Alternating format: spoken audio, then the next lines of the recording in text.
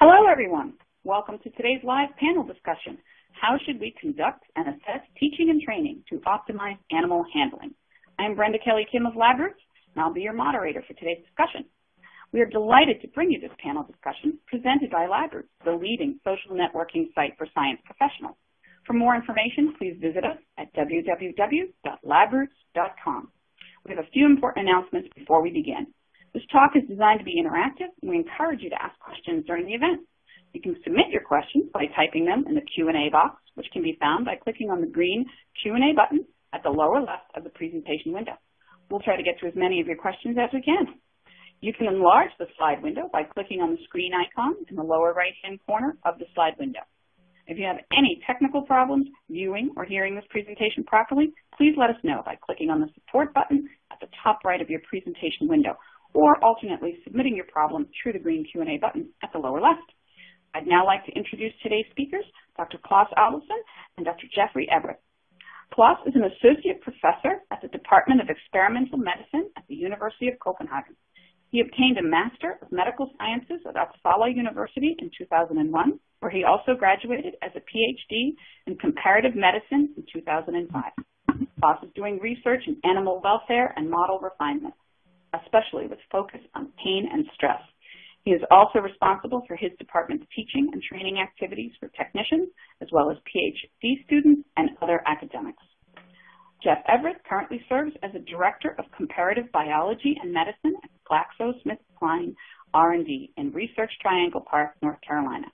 He also serves as an adjunct professor in the Department of Pathology at Duke University School of Medicine. He received his DDM from Cornell University and then conducted residency and postdoctoral training at the University of Pennsylvania and the University of Illinois. He is a member of the American College of Laboratory Animal Medicine and the American College of Veterinary Pathologists and has served in leadership positions in both organizations. He has led animal care and use programs and has been an active advocate for increasing the quality of animal care and use and the translational relevance of animal models. He is a former council member of the Institute for Laboratory Animal Research of the U.S. National Academy. I will now turn it over to Drs. Abelson and Everitt for their talk. Thank you very much, Brenda. This is Klas Abelson speaking, and I would like to welcome you to this panel discussion. I will start by giving a presentation of around 10 to 15 minutes just to introduce and bring up some topics that could be relevant to discuss. And I will focus on two issues. First of all, I will discuss whether or not and when we need to have live animals in our education, and then I will turn the focus more onto what we should teach and how we should assess the competences and skills in the persons that we teach. But as you know, we pretty well agree on that there is a need for live animals in education for all persons performing or participating in animal experimentation in one way or another. And that could be technical staff such as animal caretakers, lab technicians, and so on, and academic staff such as PhD students, postdocs, and others.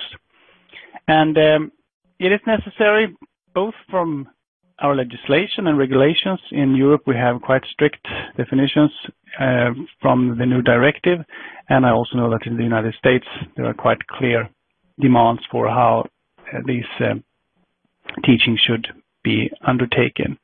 But we also have a concern for the animals that we use, and this concern brings forward and more or less forces us to actually train the people that conduct the research and the experimentation. And it is essential for persons actually performing experiments to obtain relevant knowledge and skills in various procedures on animals, depending on what kind of procedures these people are working with. But of course there is a dilemma, because we have a well-recognized desire to reduce the number of lab animals used, including those used in education. So we have a wish for reduction. But we also need to train the staff, otherwise we will not be able to handle the animals properly. And the better trained staff we have, the more refinement we'll have. So what we want is simply to have highly skilled personnel that can be trained with a minimal number of animals? And is this possible? Well, of course, this depends on in which situation. If we look at what students want, people who have taken the previously called philosophy category C courses in Europe, which now are referred to EU functions A, B, and D, or A, B, C, and D, depending on country. When we look at the course evaluations from these students, and these are students who are future PhD students, or actually PhD students, or even beyond that, that shows that animal handling, animal procedures such as blood sampling, injections, etc., are among the topics that these students consider most important and request more practicing in. And we've shown this in a couple of studies some years ago where we scrutinized all course evaluations from the students that we had. So there were several hundreds in about 5 to 10 period of time. So people that are being educated to perform the animal experiments, they really want to practice on animals. And of course, they also need to practice on these animals. But the question is, when do they need this? And the PLUS says that, well, it's necessary when they need to train tactile skills, when they want to handle and restrain live animals, regardless if it's a rodent or a rabbit or a pig or a dog or what kind of animal it is, or if it's a reptile, etc., etc. But also injections, blood sampling, and surgery on living tissue. And many of the procedures, such as injections, blood sampling, and surgery on living tissue, they can be supplemented with dummies such as rubber rats with tubes inside that can be used as vessels, but they cannot be completely replaced, of course. So you need, at some extent, animals for the students to train on. But in some situations, when you only want to observe the animals, then, for instance, when you do anesthesia monitoring or when you want to do behavioral studies, when you train animals at the basic level, using live animals is actually less educational and a huge waste of animals. So in those situations, it's actually more beneficial not to use live animals, but instead using filmed animals. And we have two different exercises at our department that previously were done with live animals that we have now developed video exercises for instead, and this has turned out to be very fruitful. One exercise in anesthesia where we anesthetize rats with different compounds, and then the students monitor various parameters that are relevant for the anesthesia. And then we meet in plenum and discuss these observations. And then there's one exercise in behavior where the students train to do a functional observational battery. What we have seen from doing these video exercises instead of using live animals, which we previously did, is that for each student there's more time for observation because the student can fast forward and rewind whenever he or she wants to. And all the students are looking at the same animals, so the discussion about the interpretation will actually be focusing on the same observation. If you split students into small groups where each little group anesthetize their own rats and observe them, you will have quite a variation between the different animals. And that could, of course, be good because there is variation when you anesthetize the animals. But the variation that the students will see will be more related to the stress that the students induce on the animals rather than the actual anesthetic compound. So this has led to much more fruitful discussions in plenum, both for the anesthesia and for the behavioral study. And in particular, what we have seen is that when the students do come to a later stage, when they actually anesthetize animals and do procedures, they are more interested in the anesthesia and they pay more attention to monitoring the anesthesia in the exercises when the animals are used. And this was actually not really the case before. So we have been using these video exercises now for the last 5 to 6 years, with great success and with a lot of animals saved. But as I said, all exercises cannot be completely replaced with video exercises because we need to have training of tactile skills in live animals if a person is at one stage supposed to do procedures in these animals. So one crucial question is, how do we know whether the training works or not? It's one thing to discuss what we should train, but that of course depends on what the person is going to perform. But how do we assess that this really works? And this is the very difficult part of this speak, because there's no one single answer that goes for everything. But I will give a suggestion of how we do it in our department, and then you may ask or come up with your own suggestions, perhaps, of how you do it, and we can take the discussion from there. When we assess practical skills, regardless of whether it's a technician or an academic, we have two vital questions. First of all, what should we assess and how should we assess? Because if you look at the little comic strip, which says algebra class will be important to you later in life because there's going to be a test 6 weeks from now, that is not the way we want to assess our students. We want them to learn how to train themselves. They should get a basic idea of what they do, but then realize how they should proceed with the training. What we assess is, well, that depends on what kind of procedures we are interested in or the students are interested in. And our basic courses that we have, we teach the animals in basic needle and syringe handling, how to handle surgical instruments and suture in some cloth or some chicken skin or similar, just to practice. And then they do handling and minor procedures in rats, handling and minor procedures in mice, and some basic surgery in rats. And as you can see, we have listed a number of criteria that we assess whether they can handle the needles and syringes correctly, can perform adequate surgical suture in cloth, can handle and restrain rats satisfactorily, etc., etc. And then we simply assess the student with either yes or no. And the tricky part is here, because we say that we assess whether they can handle and restrain rats satisfactorily. And what does that mean? Who decides what satisfactory is? And that is very difficult. And I will get back to that in a later slide. So as I said, we score yes or no, and this was something that we discussed a lot before we went over to this assessment, whether we should have some scoring system or grading system from 1 to 5 or 1 to 3, or whether it should be just qualitative, either yes or no. And we decided that the latter case, yes or no, should be the case, because that would be the most simple. So we simply look at the score sheet when the student is finished, and if there are too many no's, then the student has to redo the relevant practicals and pass these to complete the course. So they have to come back at a follow-up session where those who have failed the practicals redo these practicals.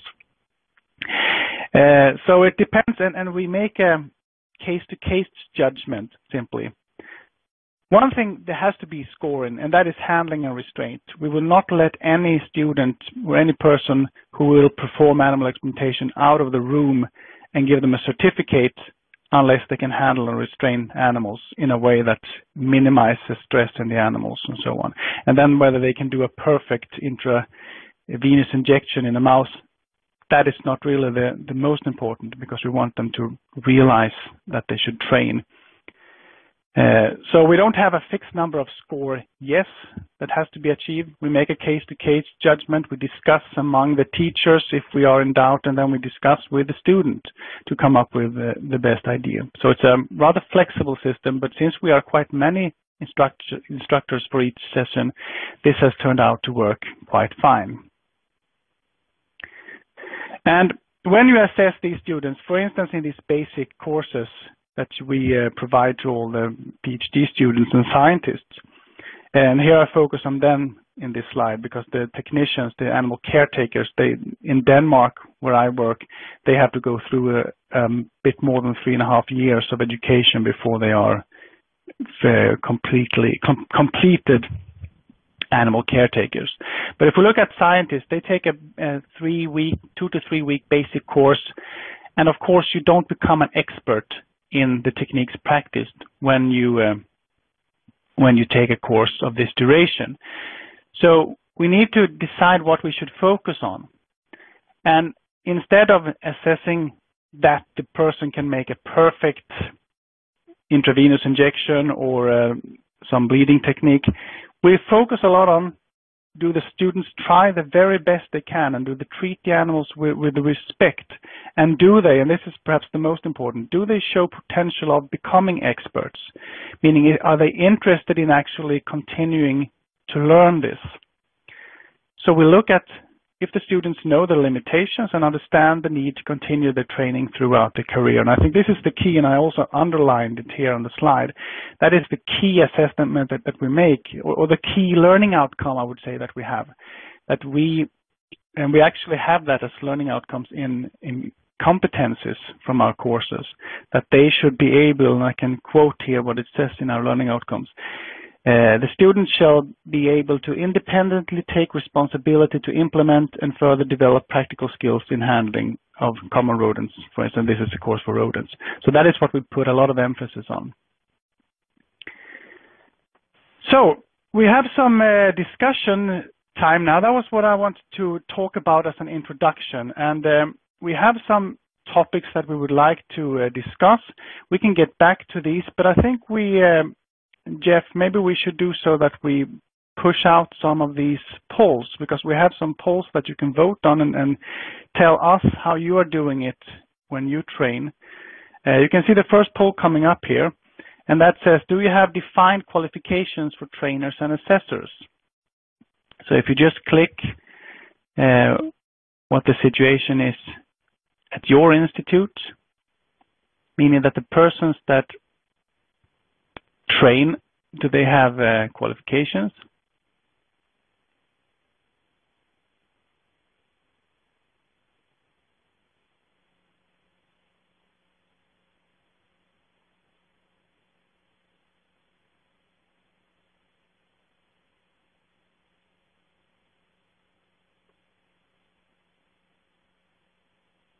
And here is the result. So we have 63% saying yes, and so it's about 60 to 40 saying yes and no.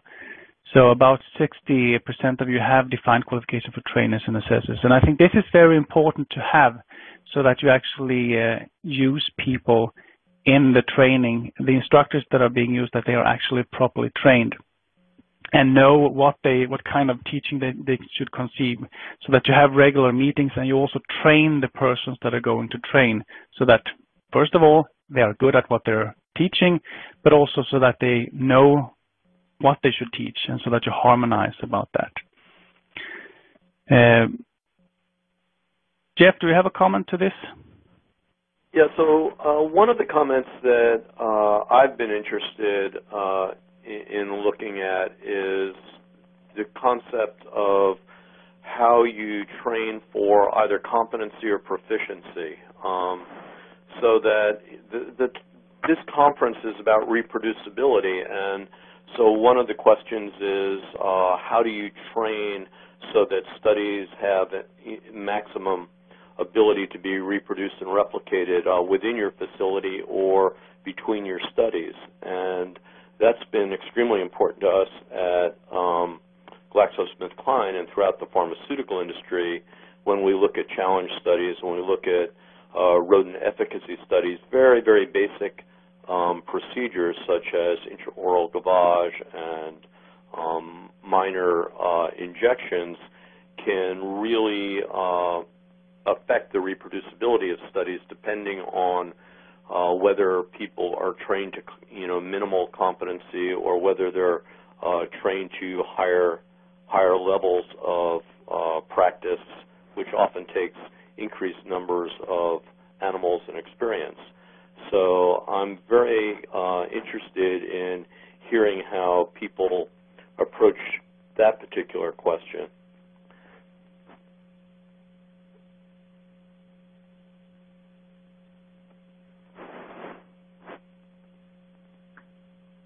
Push the next question, Klas.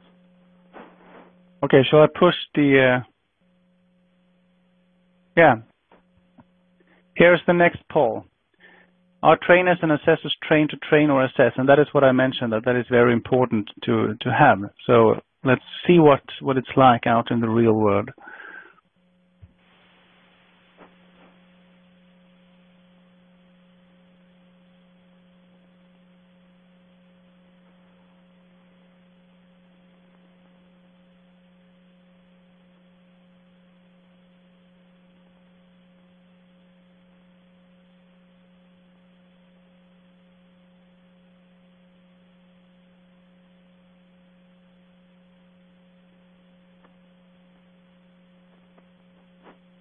And here we have almost 70% of you saying that the trainers and assessors are trained to train or assess, and that is really good.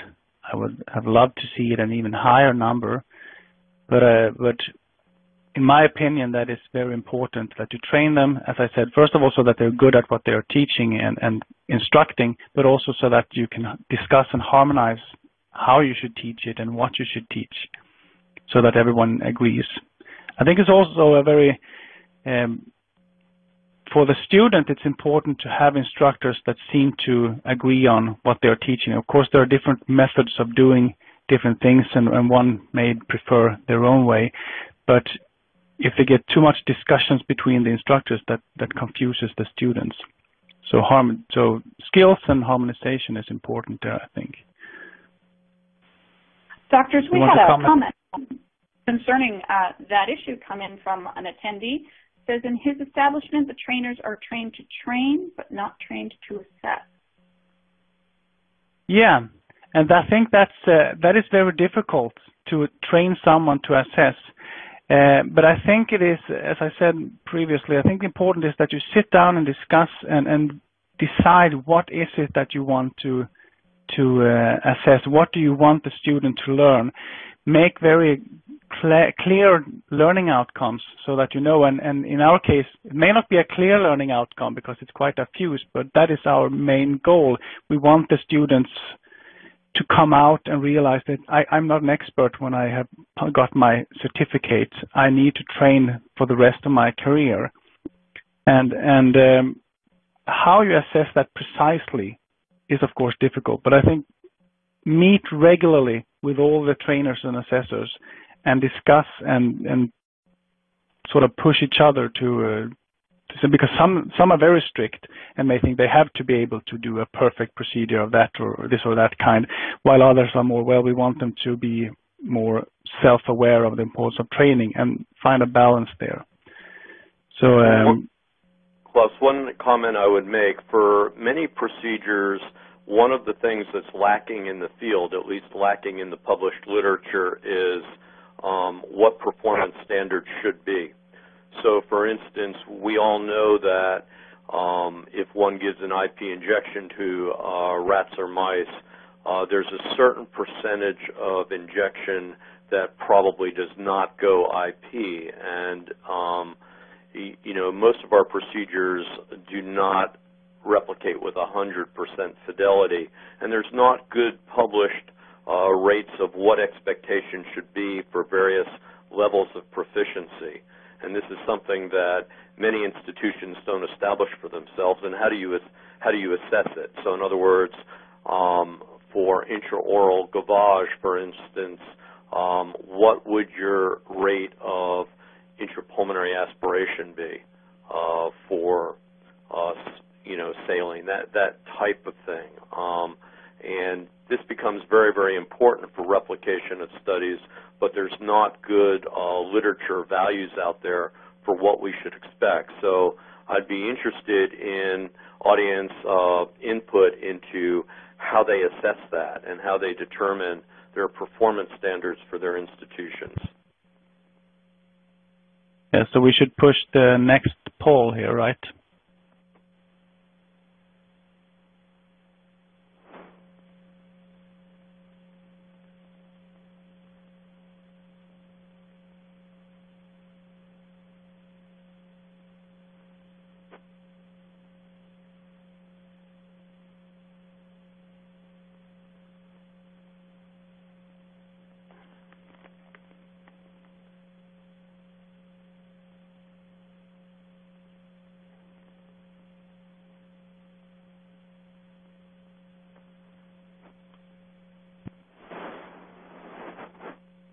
And we have 60%, 63% saying no to this. So some of you actually verify the effectiveness, but the majority doesn't. And if I understand you right, Jeff, there is a need for looking deeper into this and publish more the success rate of how both when we train, but also when it's actually conducted out in the laboratories, how well we succeed.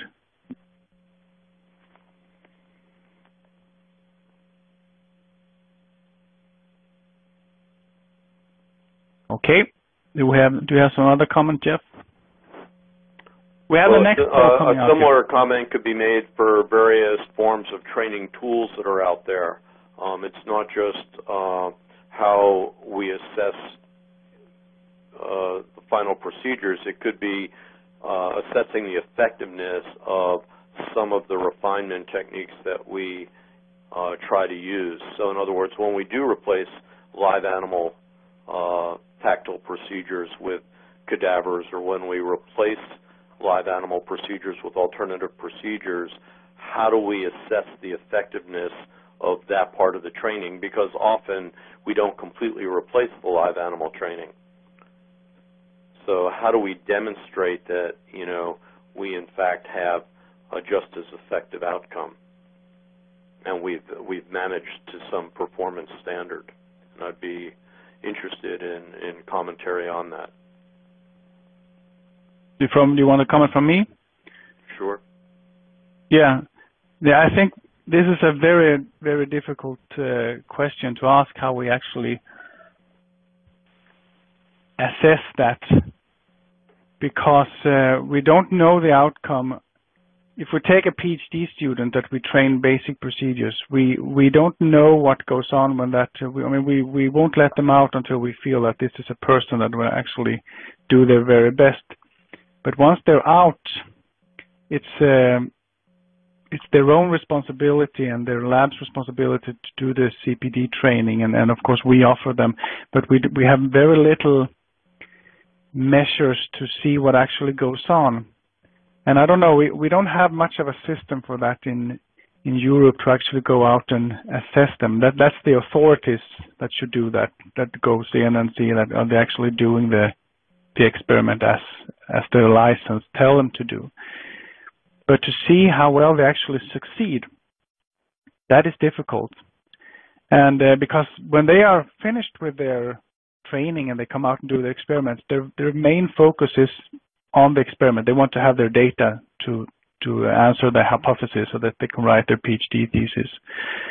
So that is very hard. For our own technicians, I would say, that we train in-house, then it's much more easier, because there we have follow-up. We have routinely training sessions for these for our staff, and we follow them. Each individual has sort of a scheme that we follow, and we assess their skills and how they progress throughout the time. So in that case, we have a well-established system. But the people who train and go out and do their science in their labs, they're very difficult to follow. Do you want to comment further on that, Jeff? Well, I've been curious about this because I remember when I first joined GSK. At GSK, we often had in certain areas, we had a different standard for using our well-trained cadre of laboratory animal scientists that did procedures all the time for large animals where we had particular animal welfare concerns due to the complexity of working with dogs or non-human primates or our more complex large animal models. Yet we left investigators more on their own with rodents, assuming that those techniques were inherently simpler to conduct. But when it comes to the issue of this conference of reproducibility, I wonder if there's really any difference between the reproducibility aspect between rodents or large animal models. So while it might be okay for some types of mechanistic work, if one is truly trying to assess, for instance, compound efficacy or challenge types of assays in small groups of animals and trying to drive down animal numbers as we refine experimental designs, then for the reproducibility question, the training competency really becomes extremely important and critical. And so I'm curious about how people really assess that.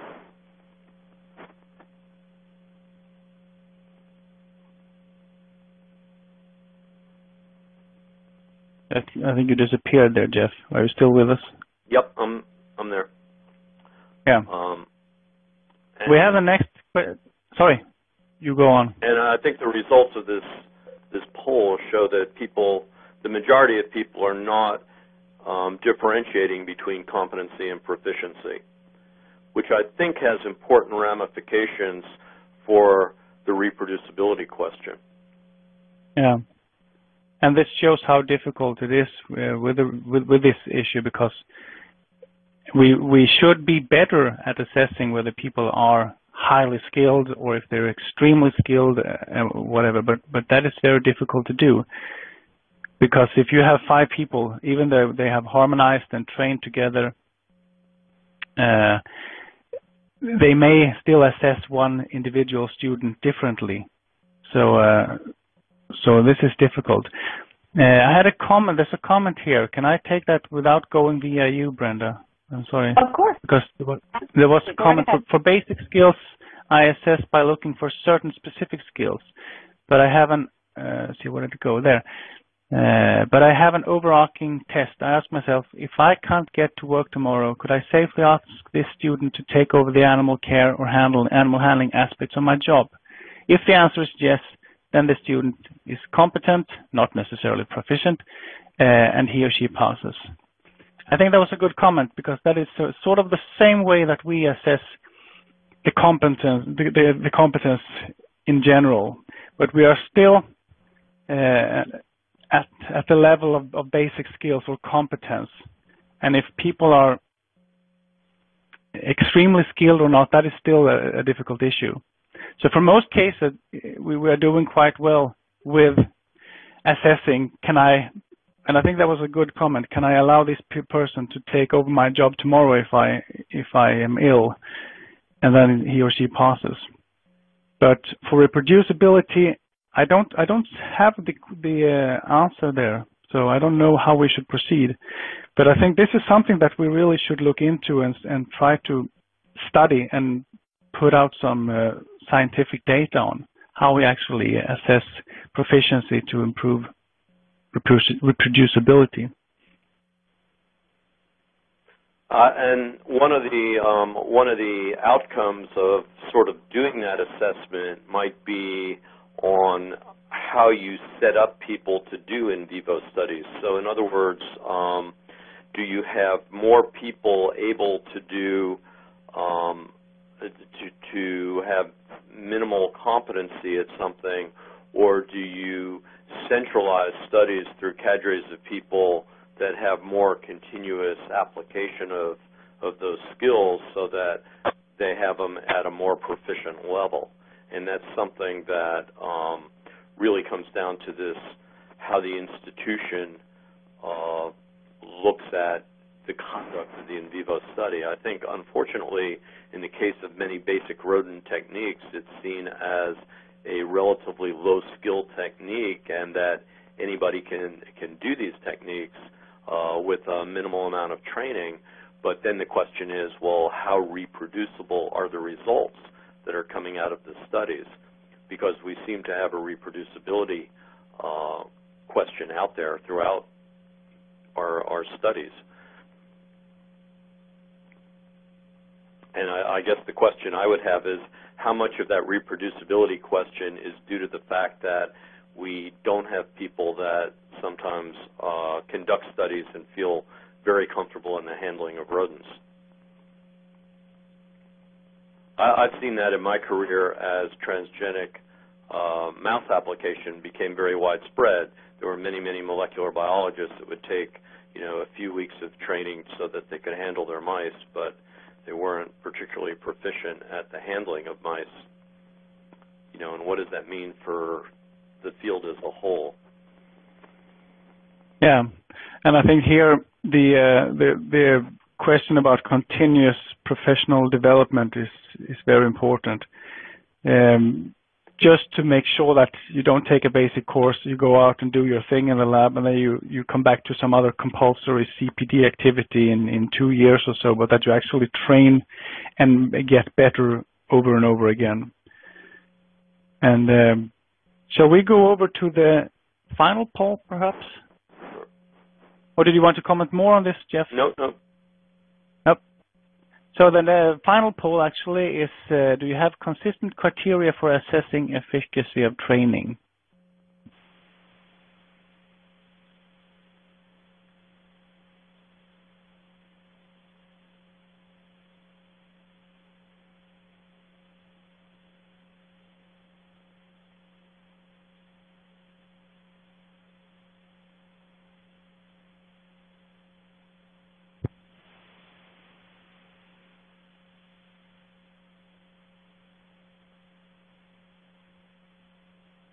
And here we have about 50-50. Some do have consistent criteria and some don't. You want to comment on that, Jeff? I think it looks pretty good. I'm encouraged by the fact that there seem to be almost half the people have consistent criteria for assessing efficacy of training. So I think that truly is an encouraging type of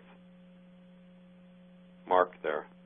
Clearly there's room for improvement, but I think that is probably greater than we would have had a number of years ago. So I think the efforts that have been made in the regulatory arena in pushing training and really having that as an aspect for the quality of animal care and use programs is maybe starting to show some results. What are your thoughts, Klas? Yeah, I agree with you. I think it's actually good to see that there are so many as 47%. So, also, as you say, I think that if you go back 10 or 20 years, we would not reach that number. So let's hope it continues in that way. We have received some questions here from the audience. Maybe we should move over to them. Okay. Thank you, doctors. It's obviously a very interesting presentation. Lots of interest, lots of comments from our audience. They can submit their questions by clicking on the Q&A button, typing it in, and we will get to as many as we can. We already have several in here. Our first question, what are your views on using live animals to teach euthanasia? Well, I can start with that. I think teaching euthanasia is very essential because whenever you take on an animal and put that in an experimental situation, you have to be able to euthanize that animal. That's first of all, it's part of the experiment, but also you need to be able, in a situation where the animal may be subjected to suffering or distress in one way or another, you should be there and as fast as possible euthanize the animal as a humane endpoint. So you need to train euthanasia, but whether you should use live animals just to do that, I don't think that would be necessary. It depends also. Some people are doing nothing but euthanizing animals. They euthanize, they kill the mouse, and then they take out organs or just blood or whatever. But most people who are going out to do more experiments with different procedures, they can train the euthanasia as part of the other procedures so that it ends with the euthanasia. And I think that should be done in different ways so that you train both chemical euthanasia by various injections, but also different ways of physical euthanasia. So that's important. But then if a person is, and it's also important that anyone who is supposed to kill an animal in a humane way has to be able to do it in the best possible manner, and that requires training. So, but training can also be done in already euthanized animals, or, for instance, if you want to train cervical dislocation in mice and so on. So you cannot only train euthanasia by only practicing on dead animals or dummies or so. Do you want to comment on that too, Jeff? Yeah, I totally agree with everything that you said, Klas. And what I would say is that this is something that I think has to be done a little bit case by case. It's usually a mixture. I think every institution has to really ask itself how it can best organize its needs and utilize animals that are going to be euthanized for other purposes for training in euthanasia. And I think that that's what institutional animal care and use committees do. They try to make sure that there's refinement in the training for euthanasia, but it depends on the endpoints that are needed. As Klas said, if you have to train in decapitation, for instance, or in cervical dislocation, those can be done with cadaver training, but there's going to have to be a mixture of training types, and I think that that's why institutional animal care and use committees scrutinize this area so strongly.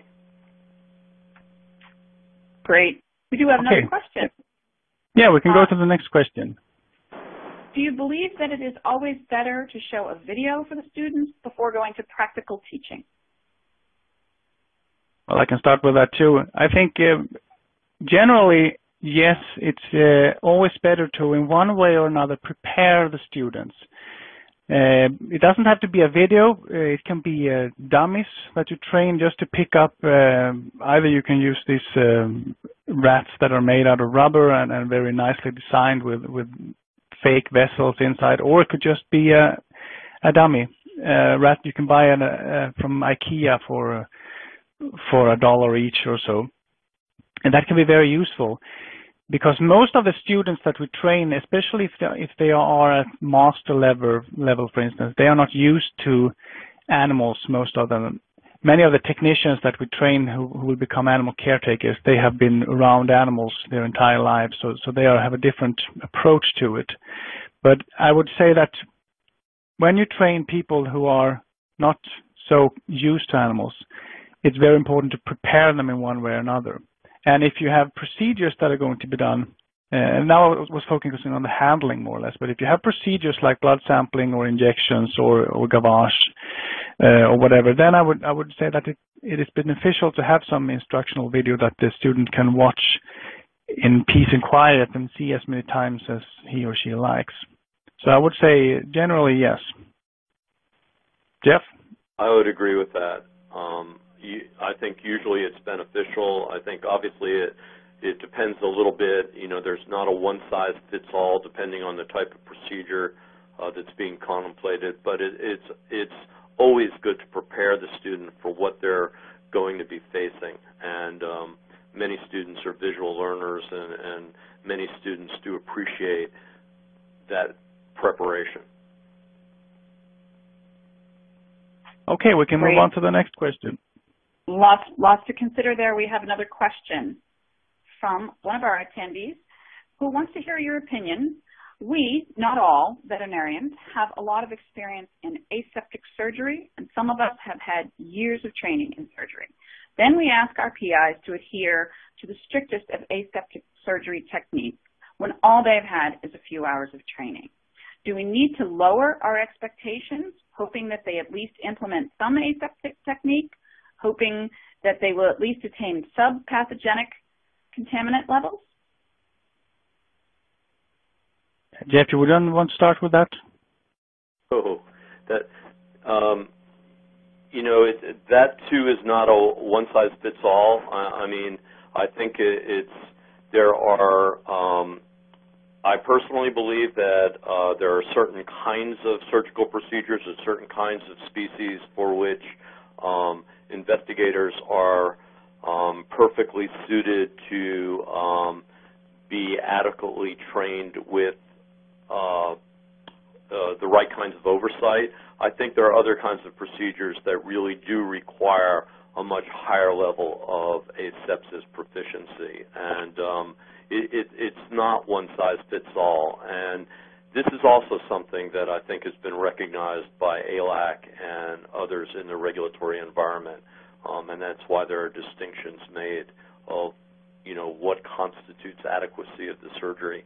I do think it is important, though, that there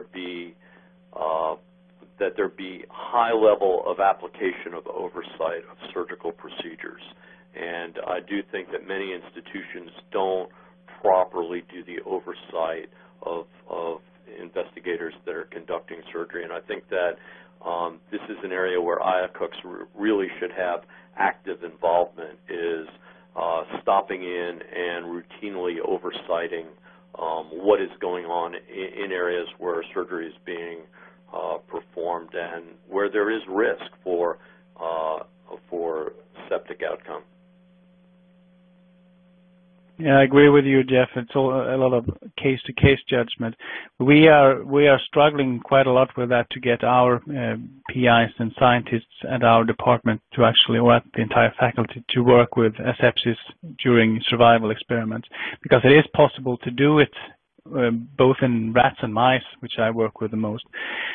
But I think there is a reluctance to work aseptical because it gets much more demanding when you do it. The investigator may be really skilled in performing the very procedure that they do, the organ incision or whatever they do, but the procedure around is something that you need to train. You need to train to think aseptically, and that is something where we have to go in and help them out. So I think I don't know if you should lower your expectations, but I think that you should at least have the expectations that they should implement aseptic techniques most often, especially when it comes to survival surgery and long-term terminal surgery when the animal is anesthetized for perhaps more than 6 or 8 hours, because there are some publications showing that subclinical infections actually will start affecting the outcome of the experiments. One of the things that many institutions don't do adequately is assess outcomes. So if you leave it up to investigators to monitor their own surgery, they're often not adequately assessing the outcomes in optimal ways. And so even determining when animals are actually having septic outcomes can be challenging unless there's an active program of monitoring for that. And more as we get into more sensitive omic outputs, I think that we're going to find that subclinical effects are going to really be affecting our reproducibility of some of the outcomes that we have. Okay, we have another question. An attendee asks, are training videos commercial or are they recorded during expert demonstration? What about larger animals and aquatic animals? Well, the videos that we are using, those we have made ourselves from where we set up a homemade studio and had a 2-day of shooting. But I think there are commercially available exercises of different kinds, but I can't say, I don't have an overview of it right here now. So I don't know about you, Jeff. Do you have any idea of where to find? I think you have to go out. I think it depends on the type of thing you're training for and what kind of institution you're in. There are commercially available training materials and training videos that can be purchased, and I hate to say, but many investigators obviously go to the internet and go to YouTube and go to Journal of Visual Experimentation and many, I don't want to say dubious sources because there aren't necessarily dubious videos out there with poor technique, but you have to make sure that you first have to establish what it is you're training for and what your training standard is going to be, and often to get the specificity to your own personal institutional SOP or training standard, you might have to create that video customized. But it is possible to obtain just about anything commercially now. I see. We have a comment that's coming in from an attendee. He says, for studies using small numbers of procedures in small numbers of animals, we're opposed to getting the researcher to perform the procedure for the following reason. If we do minimal training, there are concerns about competence, proficiency, repeatability, etc. But if we do lots of training, we consider that we are wasting animals. Our approach for those small studies is to have a single, very proficient person, usually a member of the technical staff, who performs the procedures on behalf of the researchers. This is Klas. I think that's a quite sound approach, actually, because it is very important to have the person who does the procedure has to be skilled, because otherwise there will be so much variation.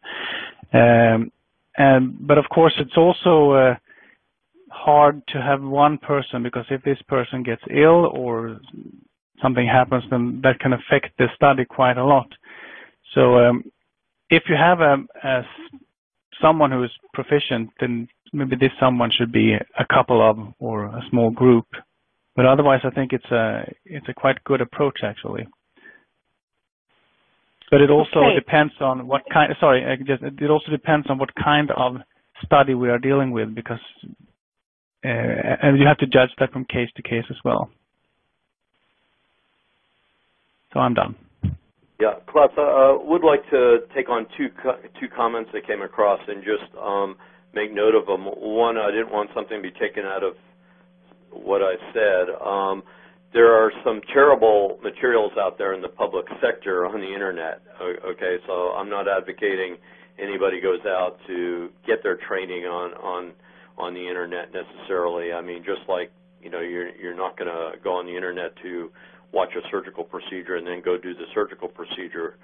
Things need to be vetted very, very carefully by the Institutional Animal Care and Use Committee and by the attending veterinarian of the institution. But I would say that there are many sources of good video instructional materials that are available. And there's also the Lab Animal Welfare Training Exchange, LAWTI. There are organizations out there now that are creating materials. So there's more and more access to materials that you may not have to create your own videos in-house. That's all I meant to say with my comment before. Yeah, there was a comment coming in here also saying, I have seen surgeries in the internet and I'm horrified by what I see. And that is, I mean, that is maybe true. If you go just look up some procedure on YouTube, you have no idea of whether that procedure is done correctly or not. But I think you can scrutinize the internet and then talk to colleagues, write to people that you trust in and ask, have you seen this? Do you have something to recommend? Because you have to judge that from case to case. Definitely. We do have another question. Our attendee asks, what are your thoughts on how often a skill needs to be performed on an animal to remain competent? Well, that also depends on what kind of procedure, but I would say repeat continuously is necessary. Some procedures you can learn fairly quickly to perform in a good manner, but if you stop doing it for some months or half a year, then you will have to start retraining it. If you are working with microsurgery that I used to do 7 years ago, so then you have to train for 6 months before you actually start the procedure. Well, to go plus minus some months, but you really have to train extensively. Otherwise, you may actually look into the effects of what the surgery you've done rather than the hypothesis that you're interested in. And so if you don't do that repeatedly and continuously, you will lose. I mean, you will always have it in your backbone, so you can start up and doing it, but you won't be doing it regularly. So for some procedures, you really have to train all the time. For some procedures, like blood samplings, you may have to do it repeatedly every other month or so. Jeff, do you want to comment more on that? Totally agree. It's procedure dependent and much more than anything else. And I do think that even things that we think are relatively simple kinds of procedures, I worry that if people don't perform them on a relatively continuous basis, that it affects reproducibility on studies. It often depends on the type of study and the type of endpoints that were being looked at, as well as the type of procedure. Okay, thank you. We have a comment in here from an attendee about some excellent resources. Perhaps you and Klas could speak about those. Yeah, there's one person recommending, actually two persons recommending things coming from the National Center of 3Rs in the UK, NC3R Center, especially from Paul Flecknell's lab. I know Paul very well, and they do really good exercises and practicals in pain and the pain assessment and similar. So that I can, but I just don't want to go out and generally recommend everything, because before I would use anything, I would like to see it, and I would also like to see it before I just recommend it. But that is a good source, I would say, because there are people who know what they are dealing with, who put out those those videos and similar. Yeah, I would also like to remind people that training is ultimately under, the auspices, at least in the United States, of the Institutional Animal Care and Use Committee. And there is a reason to have committee discussions of training materials and training approaches. And so it's something to, keep in mind. Training really should be, in many respects, centralized under IACUC auspices and not just left laboratory to laboratory in large institutions. So I think that becomes important as well. Thank you.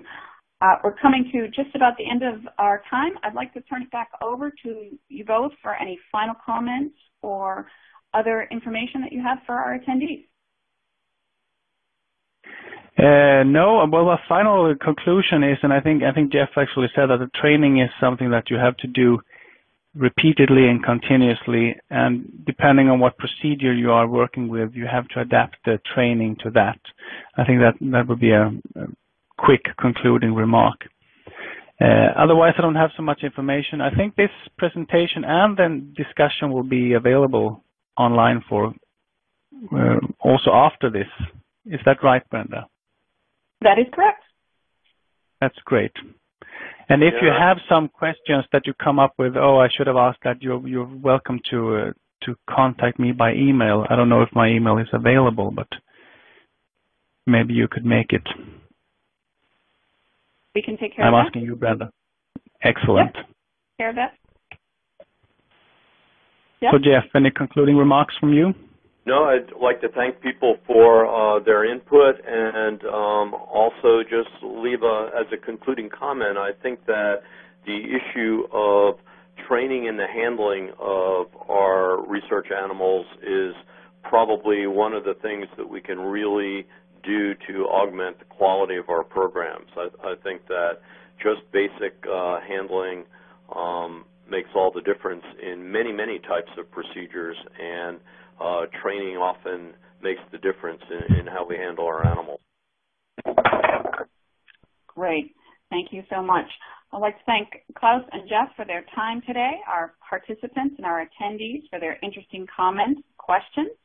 And as Klas mentioned, today's webcast will be available for on-demand viewing through August of 2016.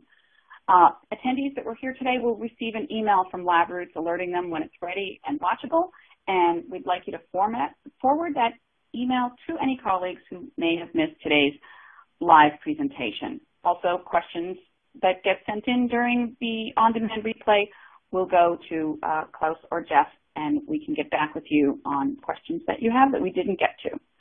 Thank you again, Drs.